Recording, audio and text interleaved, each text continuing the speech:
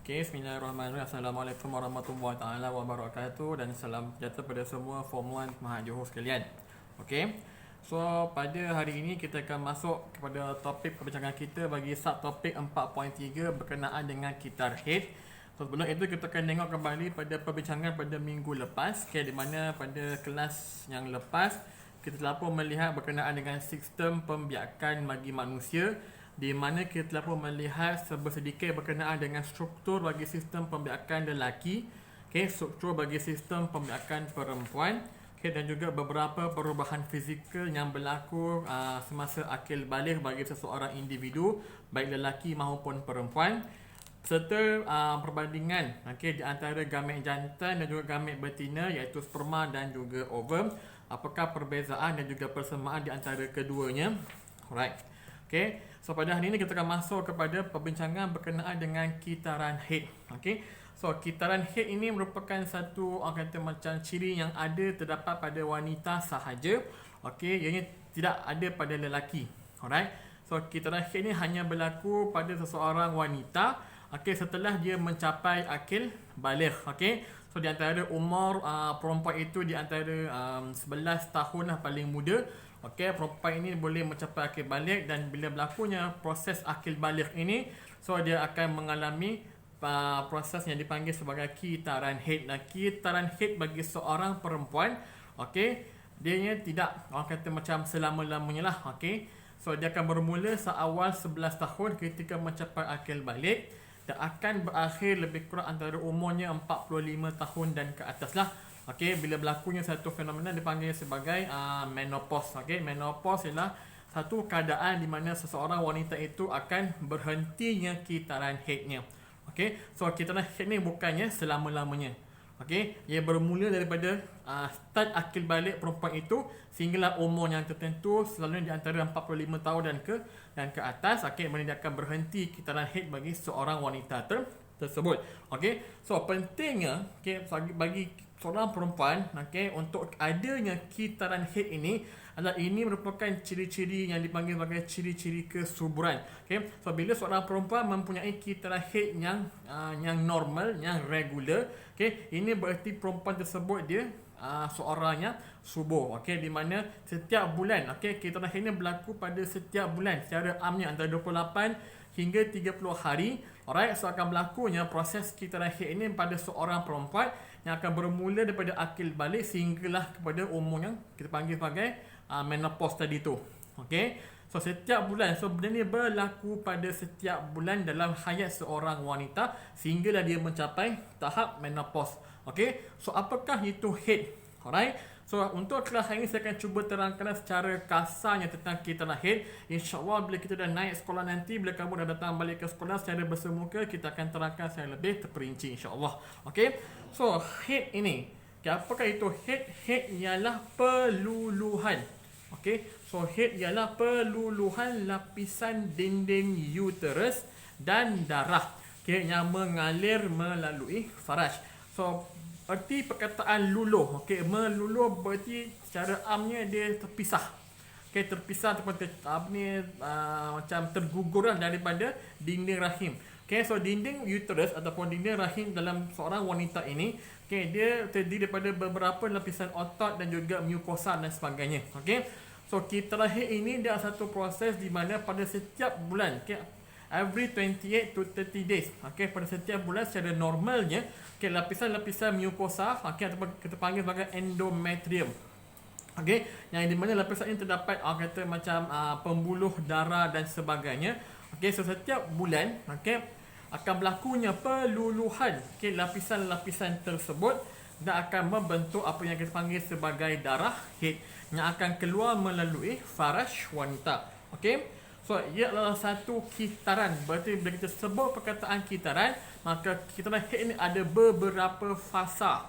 Okey, dalam tempoh dalam tempoh 28 days tu, okay, dalam tempoh lebih kurang 1 bulan itu ada beberapa fasa. To be exact, ada 4 fasa perubahan yang berlaku kepada bukan sekadar pada perubahan dinding rahimnya saja, tetapi juga berlakunya perubahan pada dia punya level hormon wanita, iaitu estrogen dan juga progesteron.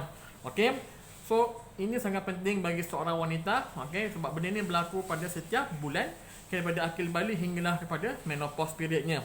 Okey, dan pada masa yang sama juga kitaran haid ini juga akan berlakunya proses pembentukan dan juga pembebasan telur, iaitu ovum daripada ovari seorang wanita. Sebab tu saya katakan bila seorang wanita mempunyai kitaran haid, maka wanita itu dianggap sebagai subur sebab dia menghasilkan ovum dan dilepaskan ovum itu ke dalam sistem uterusnya pada setiap bulan.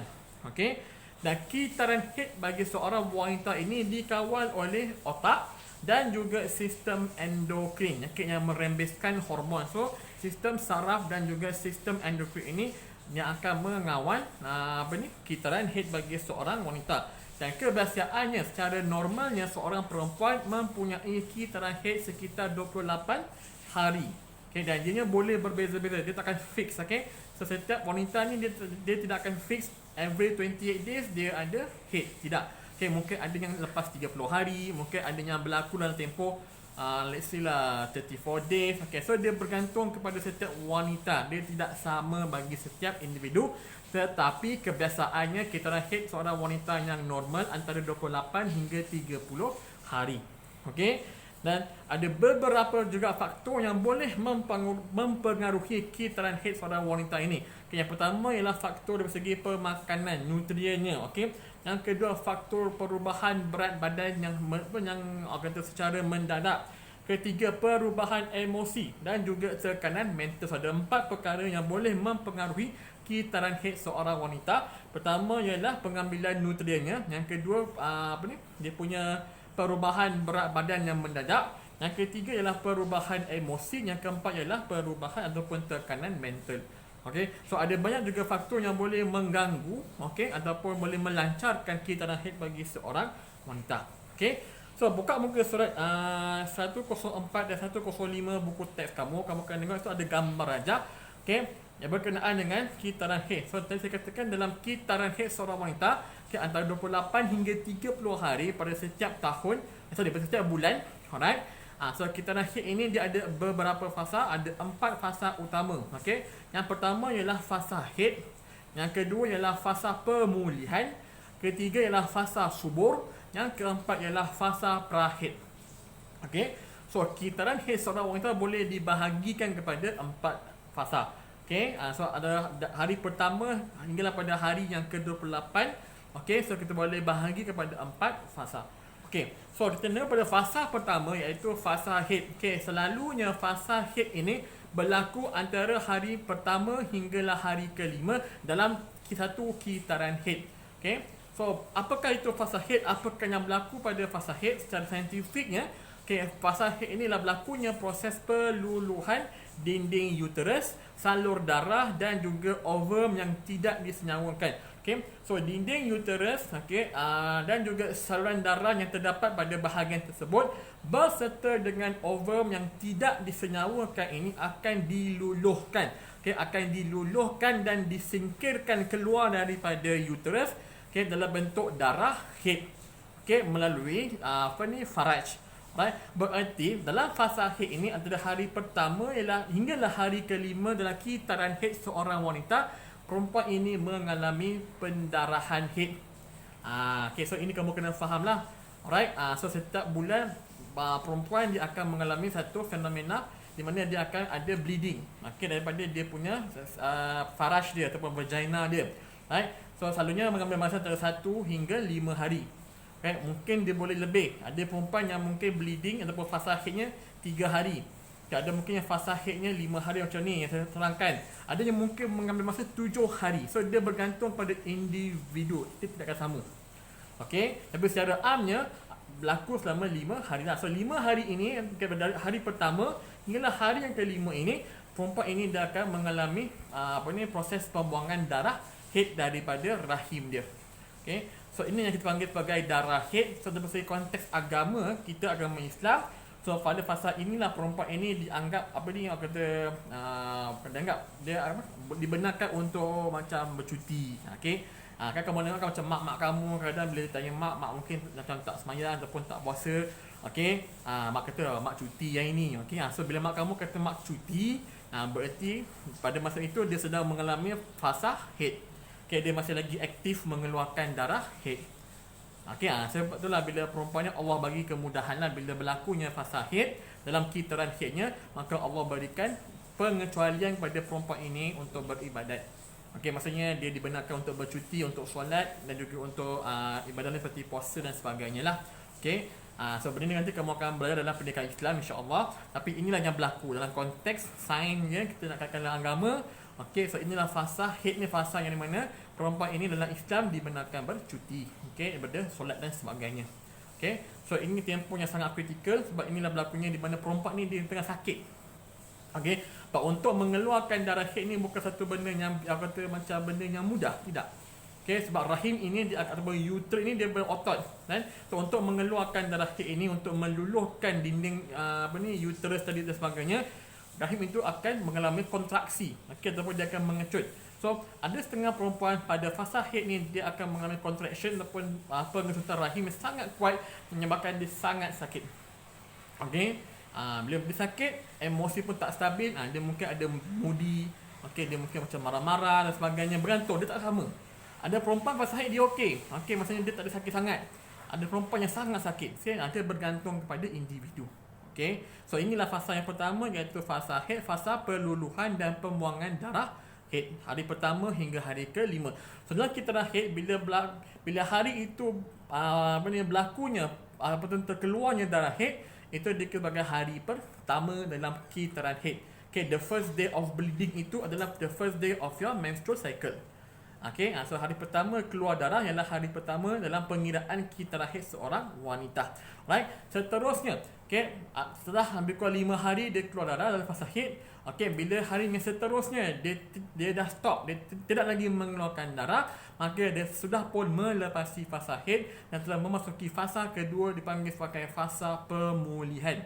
Okey, so fasa pemulihan, nama pun dah subjektif, pemulihan. So apa sahaja yang berlaku, okey, setelah diluluhkan dinding rahim tadi yang tidak pun digunakan dan sebagainya, maka pada fasa ini dinding uterus tadi akan mula dibina semula. Okey, mana yang telah pun diluluhkan akan dibina semula dan akan mula menebal. So dinding rahim, iaitu bahagian endometrium, itu akan mula terbina semula dan akan mula menebal. Okey, dan pada masa yang sama juga salur darah pada dinding uterus tadi akan mula terbentuk kembali dan bersedia untuk penerimaan penempelan sel yang telah disenyawakan.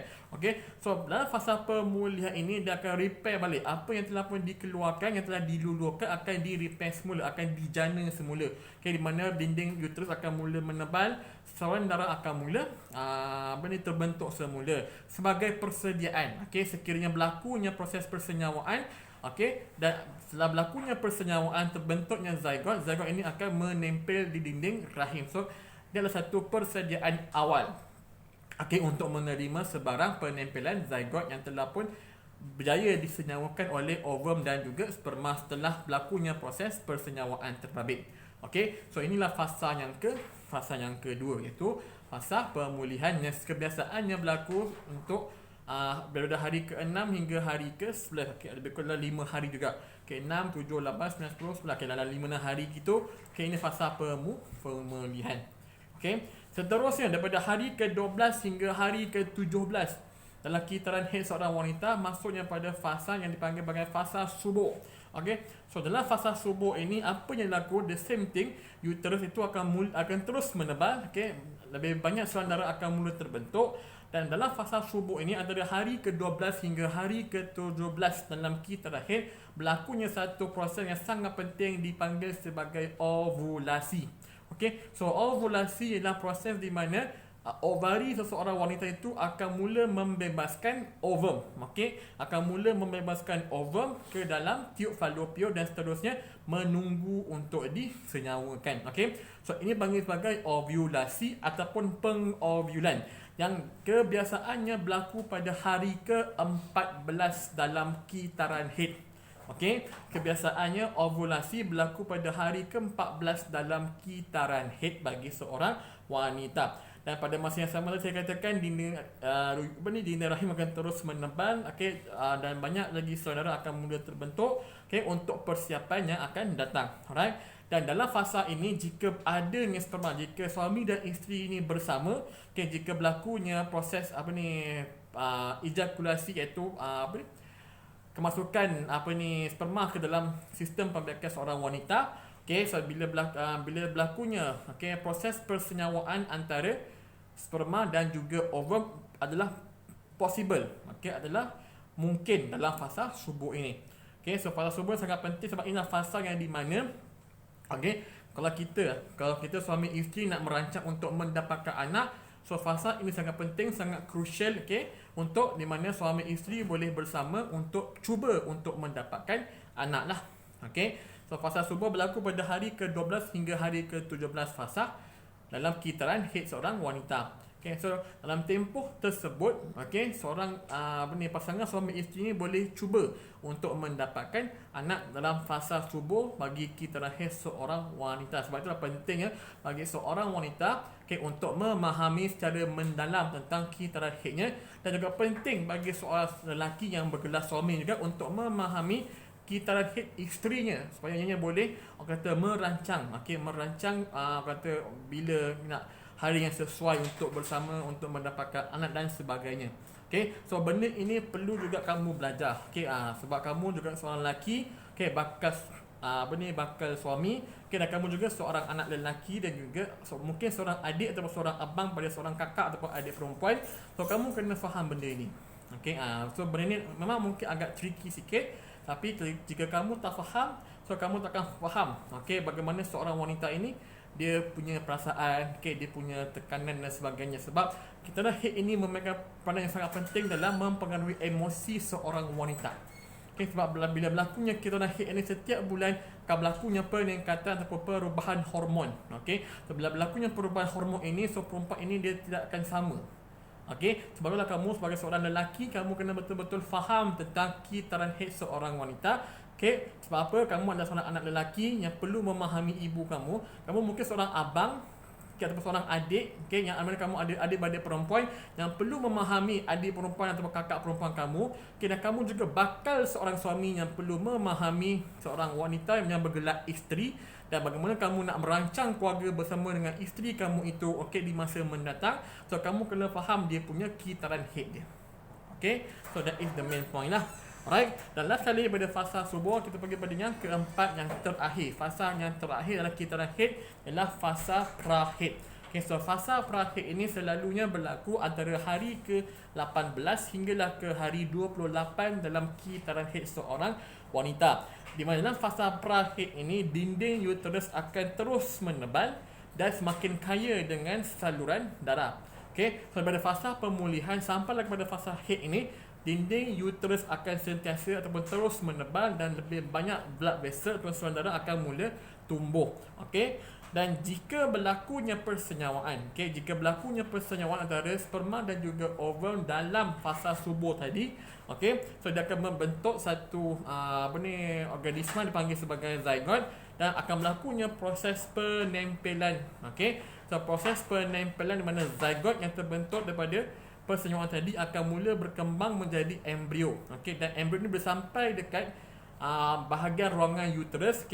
So dengan adanya uterus yang tebal dindingnya dan juga banyak saudara, penempelan embrio ini adalah possible, adalah mungkin berlaku pada ruangan uterus tersebut. So ini jika berlaku persenyawaan. So jika berlaku persenyawaan, yes, penempelan akan berlaku.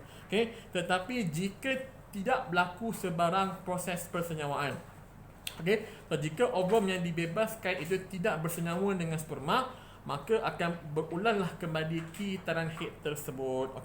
So jika ovum itu telah pun dilepaskan dan setelah beberapa hari tidak disenyawakan, maka kitaran haid itu akan berulang kembali daripada hari pertama dan hinggalah hari yang seterusnya.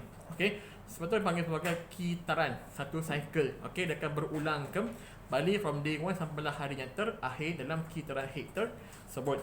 Alright, so ini ialah berkenaan dengan secara am lah, berkenaan dengan kitaran haid. Mungkin ada yang tak apa faham, tak apa. So mungkin akan datang bila kita dah bersemuka kembali, kita akan ulang balik topik ini supaya semua boleh nampak lah secara visualnya dan bagaimana proses ini atau fasa ini berlaku daripada fasa haid sampailah kepada fasa pra-haid. Alright. So apakah kepentingan menguruskan kebersihan diri semasa haid? So dalam semasa berlakunya proses haid ini, terutama dalam fasa haid ini, pentingnya seorang wanita ini untuk menjaga ataupun menguruskan kebersihan dirinya. Sebab pada fasa haid, dalam kitaran haid ini, fasa di mana berlakunya peluluhan, atau pengeluaran darah haid dan sebagainya. So kebersihan diri sangat-sangat penting untuk dijaga pada fasa ini, kerana pada fasa ini mereka lebih cenderung untuk mendapatkan jangkitan dan mungkin mengalami masalah kemurungan dan sebagainya lah. So pentingnya mereka untuk menjaga kebersihan diri. So apa yang perlu dibuat ketika berlakunya fasa haid dalam kitaran haid seorang wanita? Pertama, semasa haid, wanita itu dia perlu sentiasa menukarkan tuala wanitanya, iaitu berbagai pad lah, 3 ke 4 kali sehari, untuk menghindari jangkitan bakteria dan juga virus yang boleh menyebabkan jangkitan saluran kencing ataupun UTI. So dalam fasa haid ni, bila berlakunya peluluhan darah haid ini keluar daripada faraj, sangat penting pada fasa ini seorang wanita itu menukar dia punya tuala wanitanya 3 ke 4 kali lah, bergantung kepada dia punya keadaan lah. Mungkin ada yang memerlukan lebih, ada yang memerlukan mungkin kurang daripada ini, tapi secara besarnya ada 3 ke 4 kali sehari lah, untuk mengelakkan jangkitan-jangkitan penyakit yang possible yang boleh berlaku pada wanita tersebut.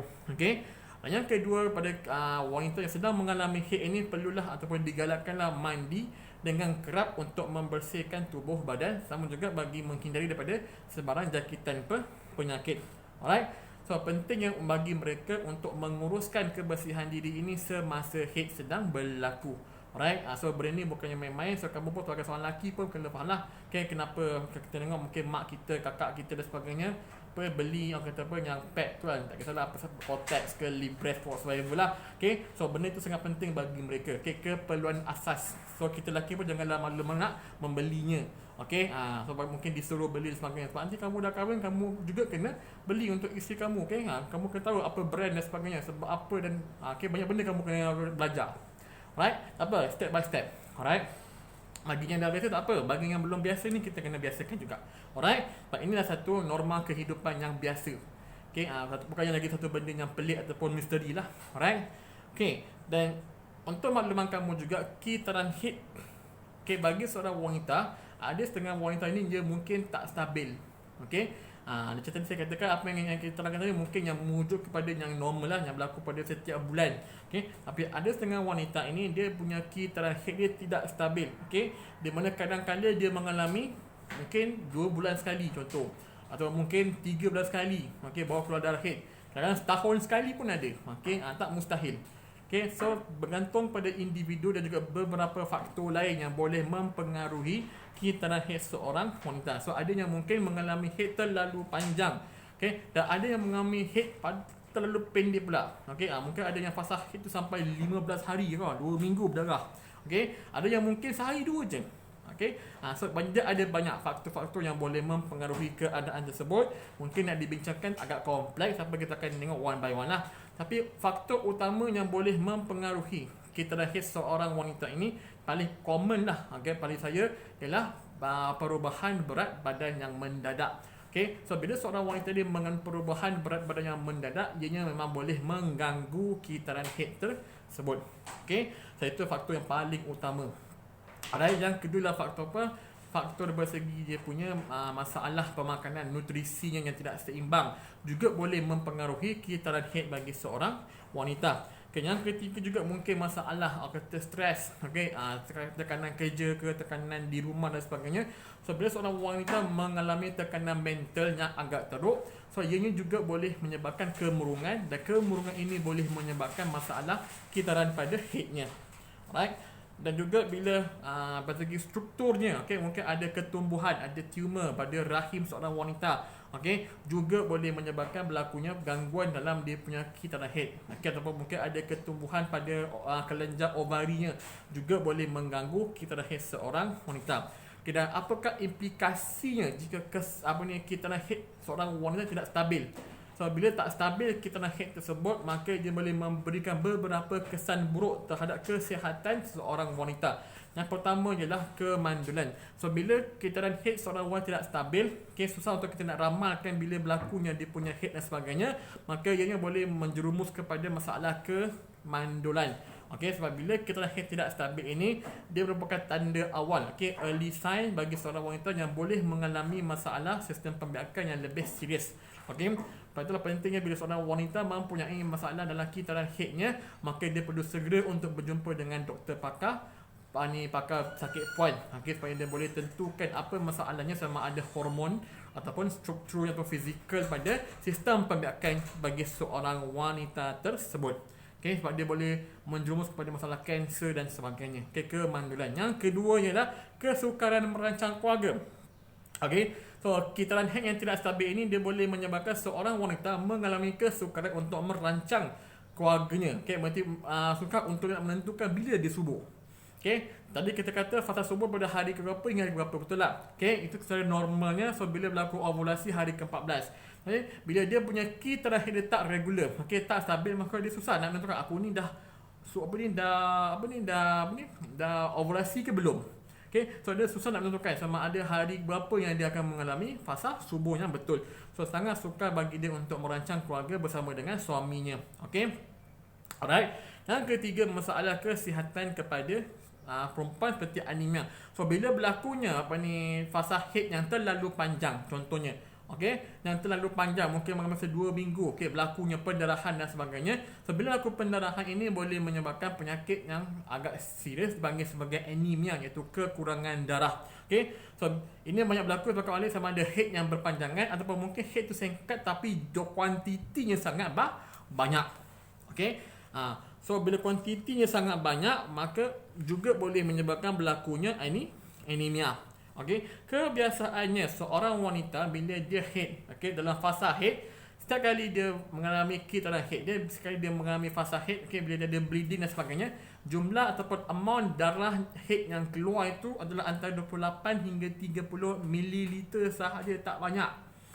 28 hingga 30 ml sahaja darah headnya dikeluarkan. Tapi kadang-kala ada seorang wanita ni yang mungkin pada fasa headnya boleh keluarkan lebih daripada jumlah yang normal, menyebabkan masalah kehilangan darah yang agak teruk. So bila banyak darah keluar, kehilangan darah, so dia mengalami masalah anemia, muka dia pucat dan dia cepat penat. Itu masalah-masalah. So bila dia cepat penat, so nak kita kena bagi dia suplemen darah ataupun mungkin bagi dia zat besi, ataupun vitamin C untuk membantu dia membina semula sel darah merah dengan cepat. So inilah berkenaan secara amnya berkenaan dengan kitaran head seorang wanita. Alright. So saya akan stop di sini dahulu. Saya harap kamu boleh rujuk balik buku teks kamu, cuba baca betul-betul, cuba fahamkan dulu. Jika tak faham tak apa, tiada masalah. So nanti insya-Allah pada kelas bersemuka pada nanti dalam bulan 4 nanti bila kamu dah back to school, kita akan ulang balik topik ni. Mungkin saya akan berikan beberapa gambaran visual dan sebagainya dalam bentuk video dan gambar berkenaan dengan kitaran head bagi seorang wanita. Alright, sekian, terima kasih. Assalamualaikum warahmatullahi wabarakatuh.